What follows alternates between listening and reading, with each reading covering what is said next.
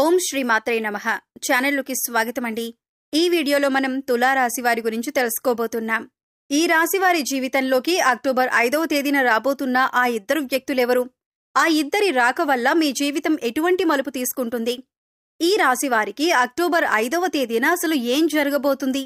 మీరు వినబోతున్న వార్త మీకు ఆనందాన్ని కలగజేస్తుందా లేదా అనే అంశాలతో పాటుగా ఈ సమయంలో మీరు చేసుకోవలసిన దేవతారాధన, అలాగే పాటించవలసిన పరిహారాల గురించి వివరంగా తెలుసుకుందాం.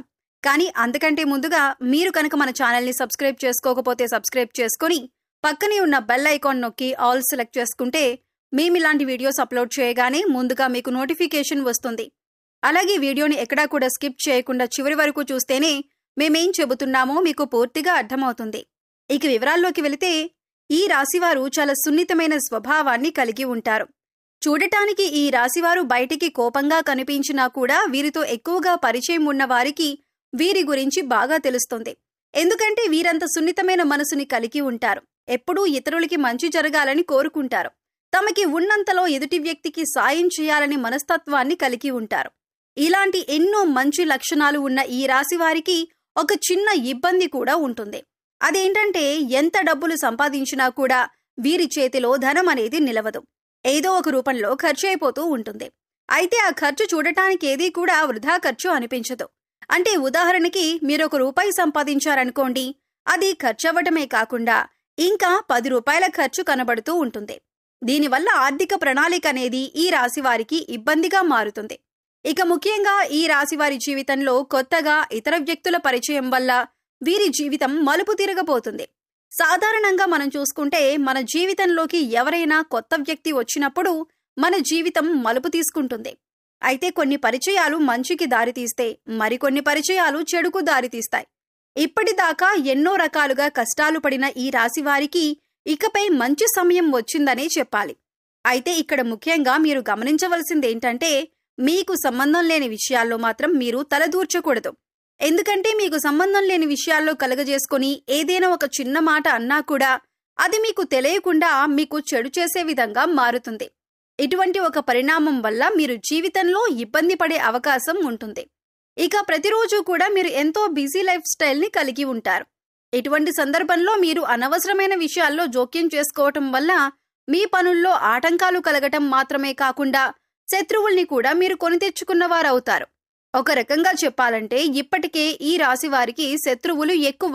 మీరు చేసే పనిని ఏ విధంగా చెడగొడదామని ఎదురు చూస్తున్న వారు ఉన్నారు.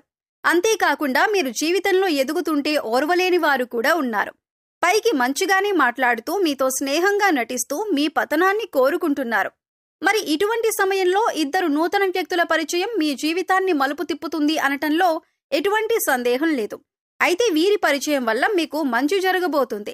ఇక ఇద్దరు వ్యక్తులు మీ జీవితంలోకి వచ్చారని ఎలా గుర్తించాలి, వారి పేర్లు ఏ అక్షరంతో మొదలవుతాయి అనే అంశాలను ఇప్పుడు వివరంగా తెలుసుకుందాం. మీ జీవితంలోకి రాబోతున్న మొదటి వ్యక్తి యొక్క పేరులోని మొదటి అక్షరం ఏ అనే అక్షరంతో మొదలవుతుంది. అలాగే మరొక వ్యక్తి యొక్క పేరు చూసుకున్నట్లయితే ఎస్ అనే అక్షరంతో పేరు మొదలయ్యే వ్యక్తి కూడా మీకు నూతనంగా పరిచయం అయ్యే అవకాశం ఉంది. అయితే ఇప్పటికీ ఆ అక్షరాలతో పేర్లు మొదలయ్యే వాళ్ళు మీ జీవితంలో ఉంటే కనుక వాళ్లే అని మీరు అనుకోవద్దు. ఇప్పుడు కొత్తగా ఈ వ్యక్తి పరిచయం అవ్వటం వల్ల మీరు చేస్తున్న వృత్తి, ఉద్యోగ, వ్యాపారాలలో అనూహ్యమైన మార్పులు చోటు చేసుకుంటాయి. ఇక మీరు విద్యార్థులైతే కనుక వీరి పరిచయం వల్ల ఎన్నో నూతన అవకాశాలను మీరు పొందుతారు. మీ విద్యకు సంబంధించి జీవితంలో ఎన్నో నూతన ప్రయత్నాలను చేసి వాటిలో విజయం పొందుతారు. ఇక విదేశాలకు వెళ్లాలి అనుకునేవారు ఈ నూతన అభ్యర్థుల పరిచయం వల్ల మీకు వారి నుంచి కావలసినంత సహాయం లభిస్తుంది. మాట సహాయం కానీ, ఆర్థిక సహాయం కానీ, దీనివల్ల మీరు జీవితంలో ఉన్నత స్థానానికి ఎదగటానికి సహాయపడుతుంది.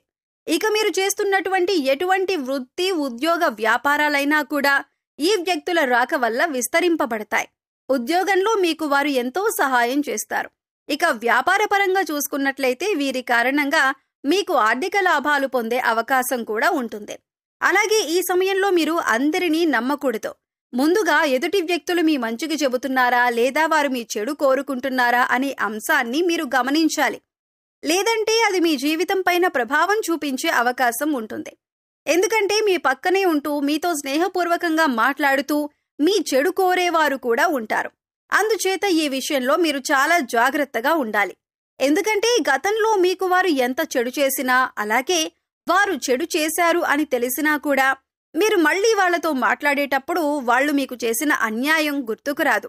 అది మీ అతి మంచితనమనే చెప్పుకోవచ్చు. అందరినీ తొందరగా నమ్మేస్తారు, అలాగే అందరూ మనవాళ్లే అని అనుకుంటారు. అయితే ఎప్పుడూ కూడా అతి మంచితనం అనేది ప్రస్తుత సమాజంలో మంచిది కాదు. అది మీ చేతకానితనమని అందరూ అనుకుంటారు. అందుచేత ఈ విషయంలో తగిన జాగ్రత్తలు తీసుకోండి. ఇక ఏదైనా వ్యాపారంలో కొత్తగా పెట్టుబడి పెట్టాలి అనుకుంటే మాత్రం ఈ సమయంలో మీరు ఇతరుల మాట విని తొందరపడి పెట్టుబడి పెట్టొద్దు. ఇక ఏదైనా వ్యాపారంలో కొత్తగా పెట్టుబడి పెట్టాలి అనుకుంటే మాత్రం ఈ సమయంలో మీరు ఇతరుల మాట విని తొందరపడి పెట్టుబడి పెట్టొద్దు. కనీసం మీరు అనుభవజ్ఞుల సలహాలను పాటించాలి. అలాగే మీ ఇంట్లో పెద్దవాళ్ల మాట విని వారి మాట ప్రకారం నడుచుకోవటం వల్ల నష్టాలను తగ్గించుకోవచ్చు.